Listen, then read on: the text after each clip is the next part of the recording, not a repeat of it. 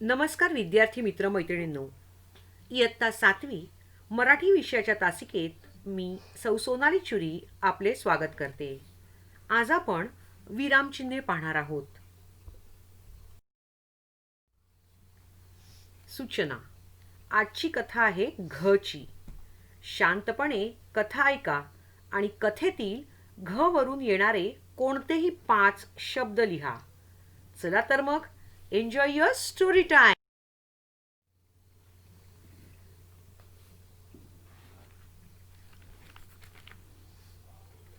राघववाडी हे एक छोटेसे गाव. गोदावरी नदी राघववाडीला वळसा घालून वाहते. गावकऱ्यांनी नदीवर घाटही छान बांधून घेतलाय. पण गावात अलीकडे जरा घबराट उडाली आहे. महिना झाला रोज पहाटे रघुकुल बंगल्याकडून घपघप घपघप असा आवाज नदीच्या दिशेने जाताना ऐकू येतो. पुन्हा अर्ध्या 1 तासाने तो घपघप आवाज उलट्या दिशेने जात असल्यासारखा वाटतो. काहींनी खिडकीतून पाहण्याचं धाडस केलं तर एक पांढरा सदरा नदीच्या दिशेने वेगाने जात असल्यासारखे वाटले. त्यांना आपल्या गावात भूताने घर केले असावे असे वाटले. सर्वांच्या जीवाला नुसता घोर लागून राहिला होता. आज माघी अमावास्या. संध्याकाळपासून घुबडे ही घू घू करीत होती. अनिष्टाच्या काळजीने राघववाडी अस्वस्थ होती. पण काही तरुण मुलांनी त्या दिवशी सोक्षमोक्ष लावायचे ठरवले होते.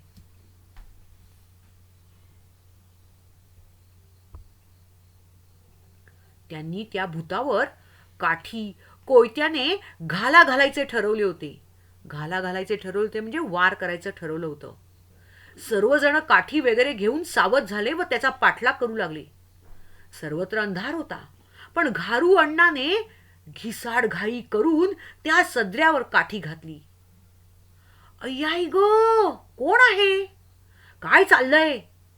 त्या सदऱ्याच्या खिशातून टॉर्च बाहेर आला आणि सगळीकडे त्याचा उजेड पसरला. अरे, हे तर घैसास मास्तर. घैसास सर राघववाडीत नवेच आले होते. ते रघुकुलमध्ये राहत होते. त्यांचा रंग काळा, पण ते शुभ्र सदरा घालायचे. ते रोज पहाटे नदीवर धावत जायचे. तिथेच अंघोळ करायचे आणि मग परतायचे. घैसास सरांनी आपल्यावर केलेल्या हल्ल्याचे कारण विचारले. बिचारे घारुअण्णा शर्मिंदा झाले. ते म्हणाले, आम्ही घाबरलो होतो. आम्हाला वाटलं भूतच आहे. मास्तर खो खो करत हसत म्हणाले, भूतबीत फक्त मनाचा खेळ आहे. सर्वांना ते पटले व ते हसत हसत आपापल्या घरी निघून गेले. आवडली ना स्टोरी? चला तर मग कथा इथे संपलेली आहे. आता वेळ झाली आहे शब्दलेखनाची. चला तर मग काही वेळ तुमच्यासाठी देते. पटकन घ वरून आठवणारे कथेमध्ये आलेले 5 शब्द लिहून काढा.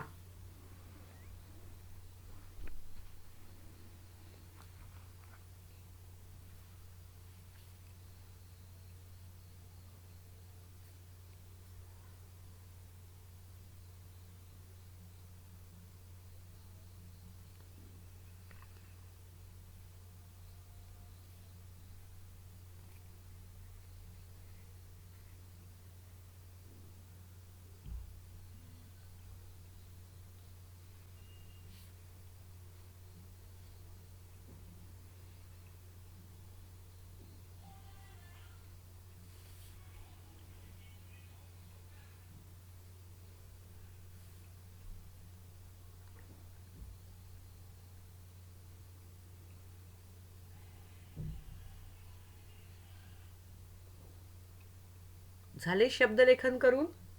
चला तर मग नेहमीप्रमाणे शेवटून दुसऱ्या स्लाइडवर आपण ते चेक करूयात.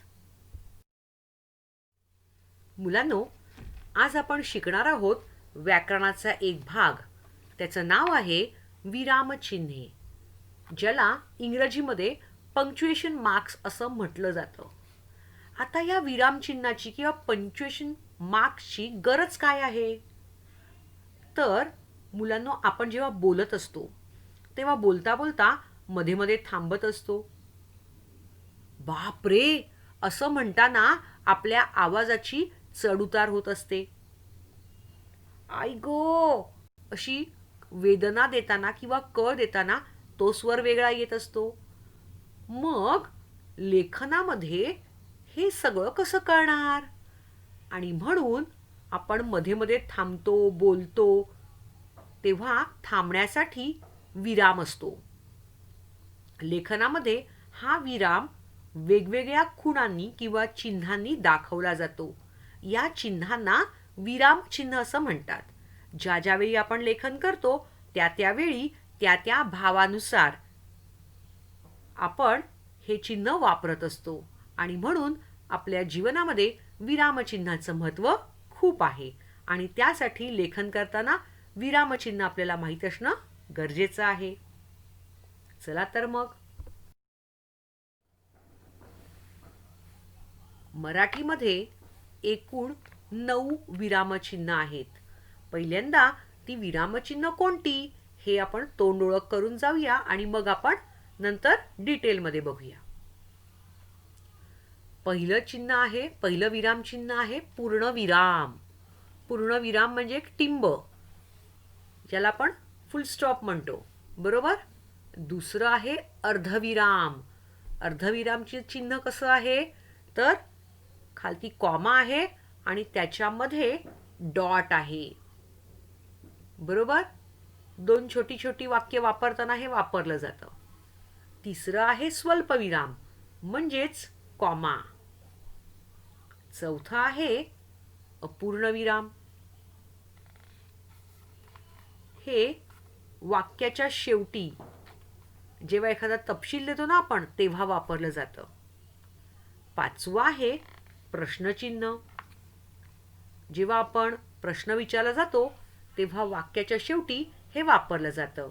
आणि सहावं आहे उद्गार चिन्ह. आपल्या मनामध्ये ज्या काही भावना असतात, दुःख असतं, हे सगळं व्यक्त करताना हे चिन्ह वापरलं जातं. चला तर मग पटापट हे 6 प्रकार लिहून घ्या. मग आपण पुढच्या स्लाइडवर जाऊ तेव्हा पुढचे बघूया. बरं, आता हे लिहिणार कशात तुम्ही? तर मराठी आणि हिंदी मिळून आपण एक कॉम्बाईन वही केलेली आहे. तर त्या मराठीच्या ग्रामर पार्टमध्ये हे लिहायचं आहे. चला तर मग लिहायला सुरुवात करा.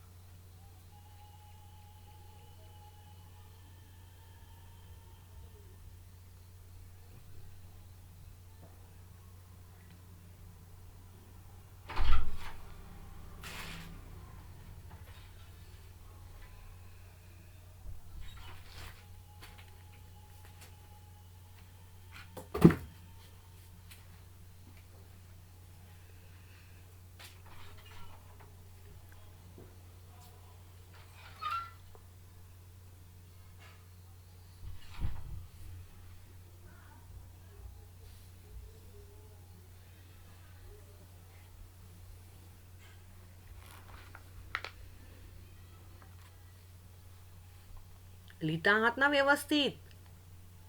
शेवटी जे उद्गार चिन्ह असं लिहिलेलं आहे त्या द चा पाय मोडलेला आहे. हा म्हणजे द चा पाय खाली खेचायचा आहे. उद्गार चिन्ह.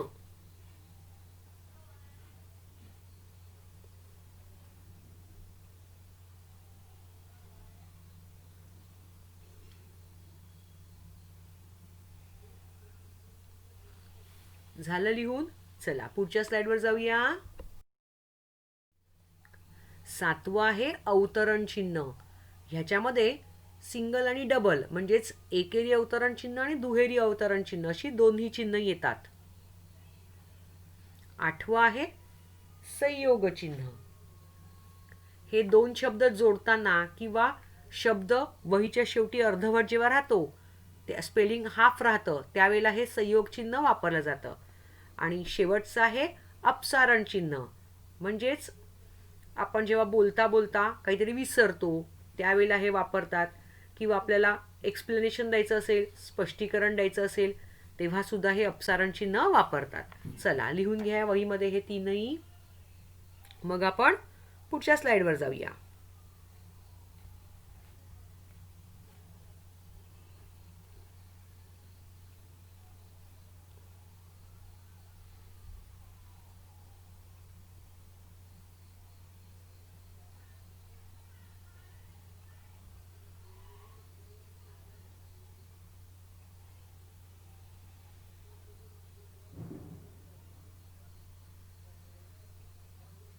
झालं लिहून? चला आता आपण पुढच्या स्लाइडवर जाऊया. शिकता शिकता आपण वाक्य पण हे लिहिणार आहोत. पहिलं चिन्ह आहे पूर्णविराम. त्याचं चिन्ह बघा, एक छोटासा गोल असा दिलेला आहे. आता हे पूर्णविराम म्हणजेच फुल स्टॉप आपण केव्हा वापरतो? तर वाक्य पूर्ण झालं हे दाखवण्यासाठी हे चिन्ह वापरलं जातं. जसं मी दररोज अभ्यास करतो, मी दररोज शाळेत जाते, मी दररोज शिक्षकांनी दिलेली कामे किंवा अभ्यास वेळच्या वेळी करते. मग ही जिथे थांबायचं असतं, वाक्य संपतं, त्यावेळेला हा पूर्णविराम आपण वापरतो, ज्याला तुम्ही फुल स्टॉप म्हणता. चला तर मग लिहून घ्या. 1 नंबर घाला, पूर्णविराम करा, त्याचं चिन्ह लिहा. आणि ते कधी वापरतात? तर वाक्य पूर्ण झाले आहे हे दाखवण्यासाठी वापरतात, असं लिहून घ्या. आणि मग खालती एक्झाम्पल लिहा.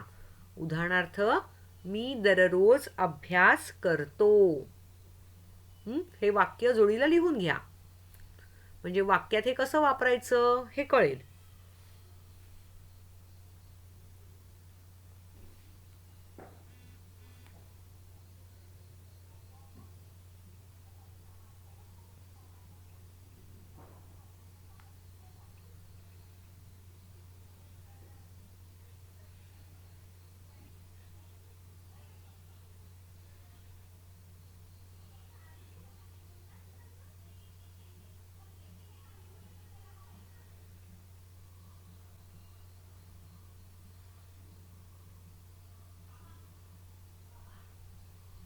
झालं?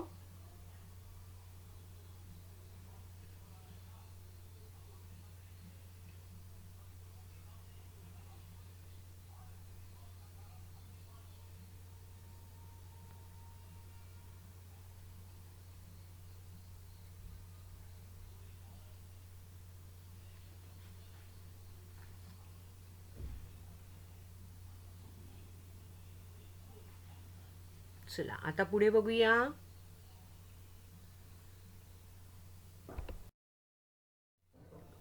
दुसरं चिन्ह आहे अर्धविराम. याला तुम्ही इंग्रजीमध्ये सेमीकॉलन असं म्हणतात. बरोबर? इंग्रजीचं नाव पण हवं असेल तर लिहून घ्या, सेमीकॉलन म्हणून. आता हे चिन्ह स्वल्पविराम आणि त्याच्या डोक्यावर एक डॉट असतो, एक टिंब असतं. आता हे अर्धविराम का वापरतात? तर ज्या वेळेला 2 छोटी छोटी वाक्य असतात, बरोबर, तर ती जेव्हा जोडली जातात, उभयान्वयी अव्यय म्हणजे कंजंक्शन सेंटेन्स असतात छोटी छोटी, ती जेव्हा एकमेकांना जोडली जातात तेव्हा हे चिन्ह वापरलं जातं. आता एक्झाम्पल म्हणजे काय? तर एक्झाम्पल बघा काय आहे अर्धविरामाचं. गड आला पण सिंह गेला. पण, गड आला सिंह गेला ही 2 वेगवेगळी छोटी छोटी वाक्य आहेत. गड आला सिंह गेला ह्या 2 वाक्यांना पण या कंजंक्शनने म्हणजेच उभयान्वयी अव्ययाने जोडलेलं आहे. आणि मग वाक्य तयार झालं, गड आला पण सिंह गेला. मग त्यावेळेला त्या उभयान्वयी अव्ययाच्या अगोदर हे अर्धविराम दिलं जातं किंवा अर्धविरामाचं चिन्ह काढलं जातं. कळलं? आता हे लिहून घ्या.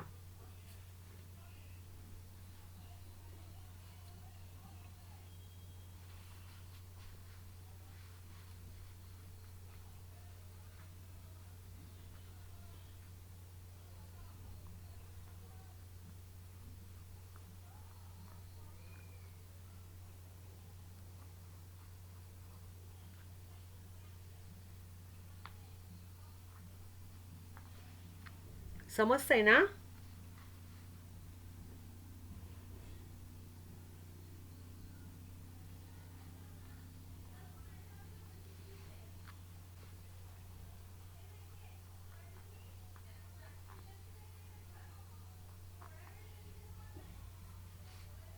झालं लिहून?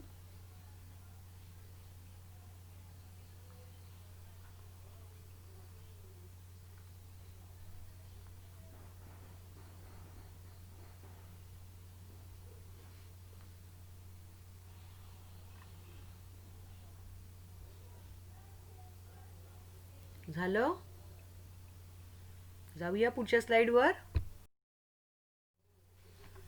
तिसरं आहे. तिसरं चिन्ह जे आहे याला स्वल्पविराम असं म्हणतात. स्वल्पविराम म्हणजे इंग्रजीमध्ये ज्याला कॉमा म्हणतात. हवं असेल तर स्पेलिंग नोट डाऊन करून ठेवा.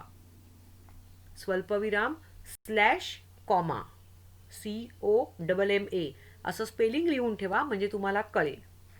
बरं, आता हे कधी वापरतात? तर एकाच जातीचे दोन शब्द लागोपाठ येतात.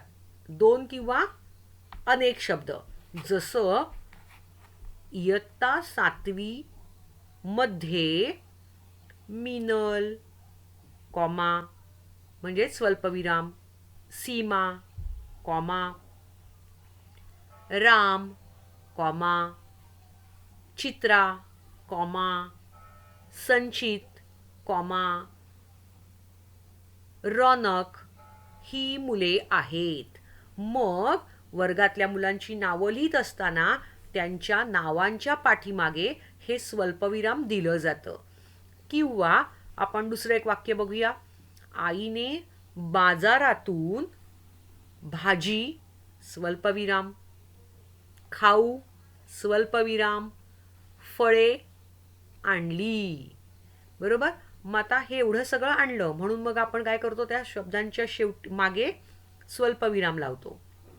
आता हे झालं एकाच जातीचे.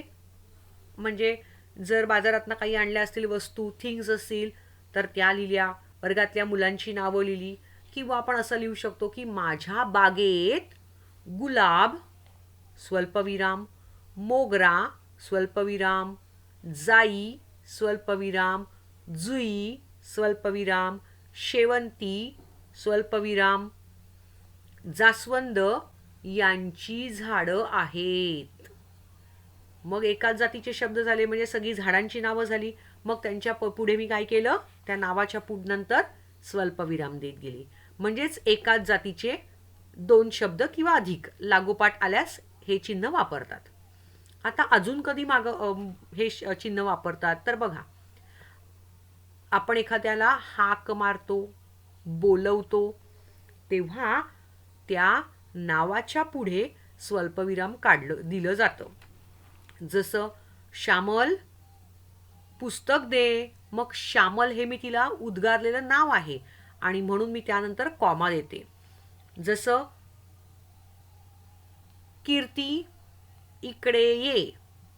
मग कीर्ती नावाची मुलगी इकडे येईल. मग कीर्ती नंतर काय येणार? स्वल्पविराम येणार म्हणजेच कॉमा येणार. कळलंय ना कसं वापरायचंय ते? चला आता लिहून घ्या.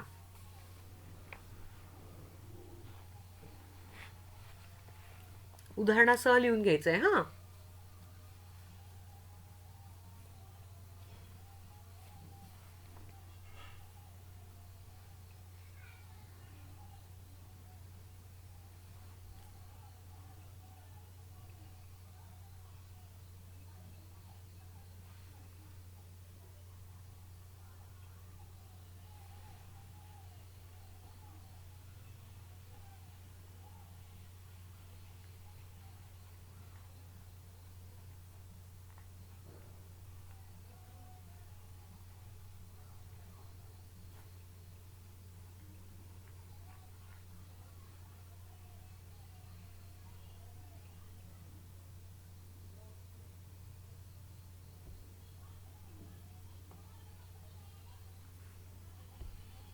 लिहिताय ना?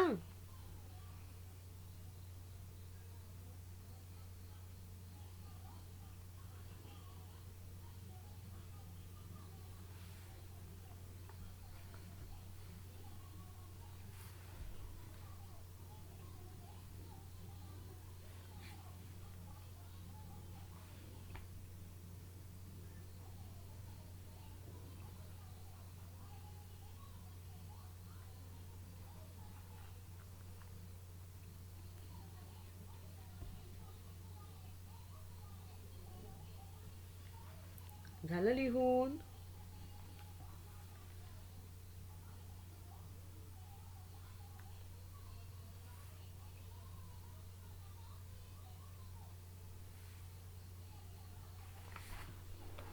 जाऊया पुढे. चला, चौथं आहे अपूर्ण विराम, ज्याला कॉलन असं म्हटलं जातं. ओके. आता हे चिन्ह म्हणजे काय आहे, तर दोन डॉट आहेत, एकाखाली एक दिलेले दोन टिंब आहेत. हे कधी वापरतात, तर वाक्याच्या शेवटी तपशील देताना वापरतात. आता वाक्याच्या शेवटी तपशील देतात म्हणजे काय, फॉर एक्झाम्पल बघा, नामांचे प्रकार पुढील प्रमाणे. मग पुढील प्रमाणे सांगताना हा अपूर्णविराम दिला जातो किंवा हे अपूर्णविरामाचं चिन्ह दिलं जातं आणि पुढे लिहिलं जातं सामान्य नाम, विशेष नाम वगैरे वगैरे जे जे काही लिहायचंय ते. किंवा आपण असं म्हणू शकतो की टीचर, मी तुम्हाला खालील वस्तू देत आहे. मग अपूर्णविरामाचं चिन्ह द्यायचं आणि मग काय देतोय, नोटबुक, टेक्स्टबुक वगैरे वगैरे वगैरे जे जे काय असेल ते. कळलं? म्हणजे अपूर्णविराम कशासाठी वापरला जातो कळलं, ज्या काही तपशील द्यायचे असेल किंवा following, I am giving you following things, मग ते फॉलोइंग जे थिंग्स असतात त्याच्या पुढे अपूर्णविराम द्यायचा आणि मग ज्या ज्या थिंग्सची नावं तुम्हाला द्यायची ती तुम्ही खालती देऊ शकतात. चला लिहून घ्या.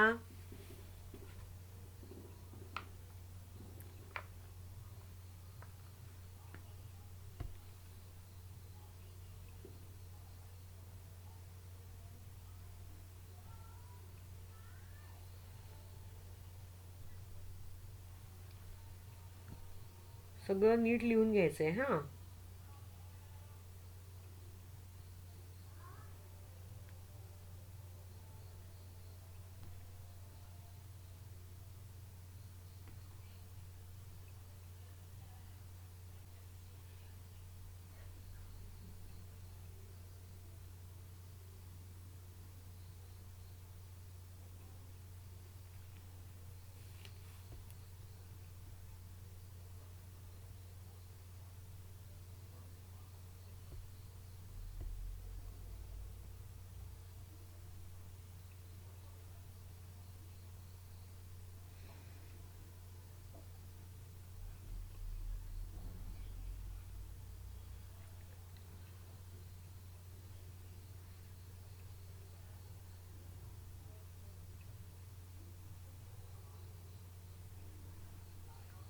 झालं लिहून एक्झाम्पल सह?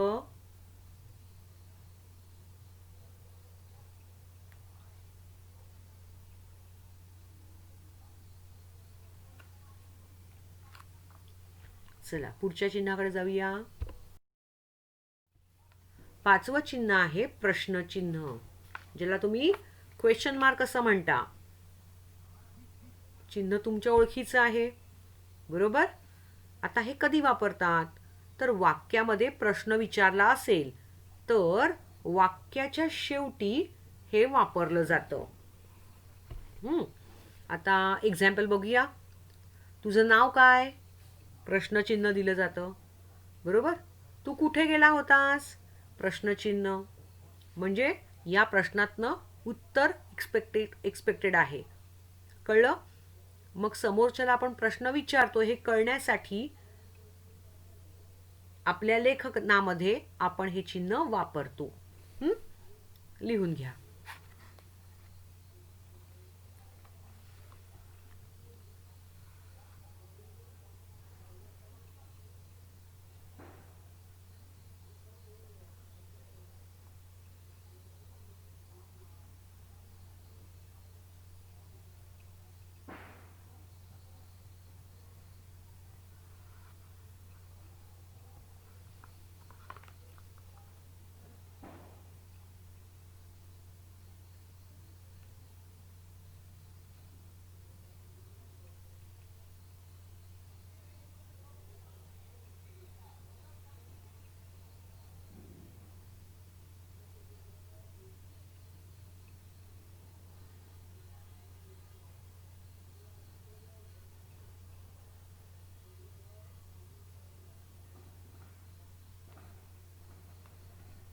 लिहितात ना, व्यवस्थित लिहा न चुकता.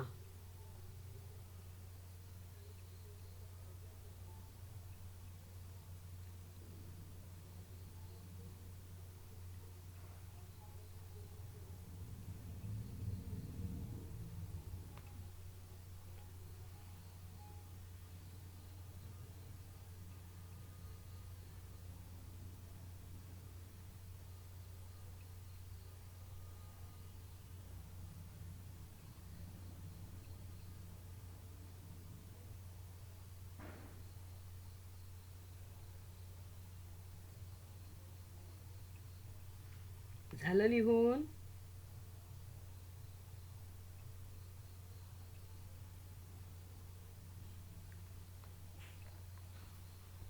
चला जाऊया पुढच्या चिन्हाकडे.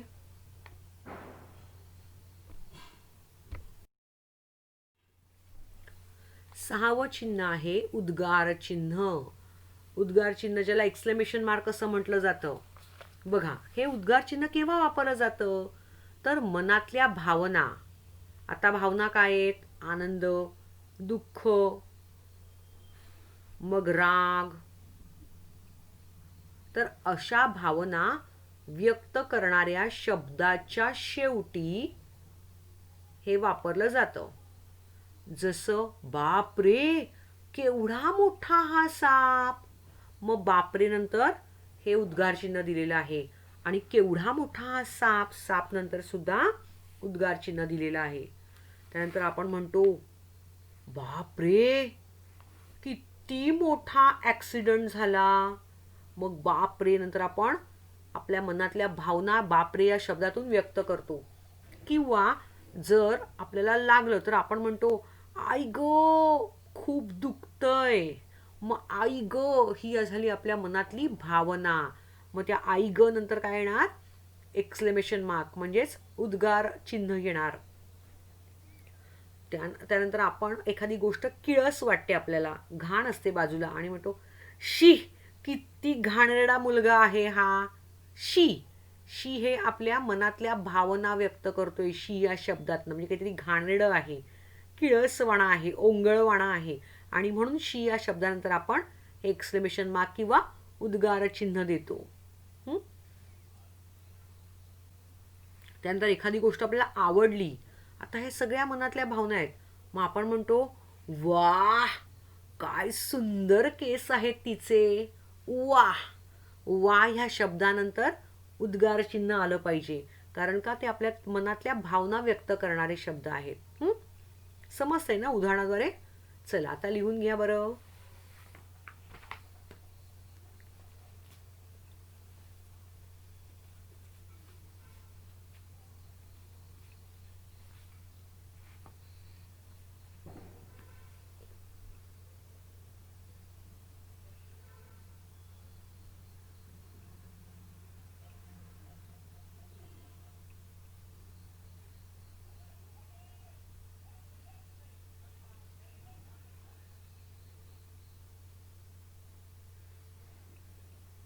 चिन्हाचं नाव लिहायचं.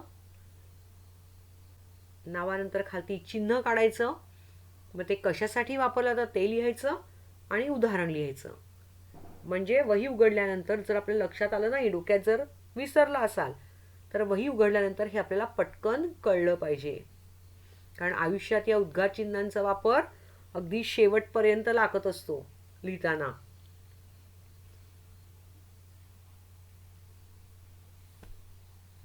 झालं लिहून?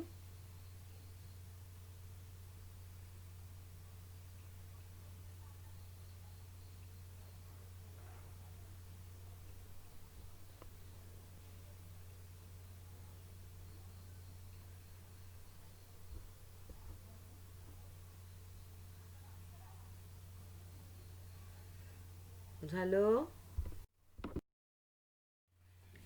वेळ झाली आहे शब्दलेखन चेक करायची.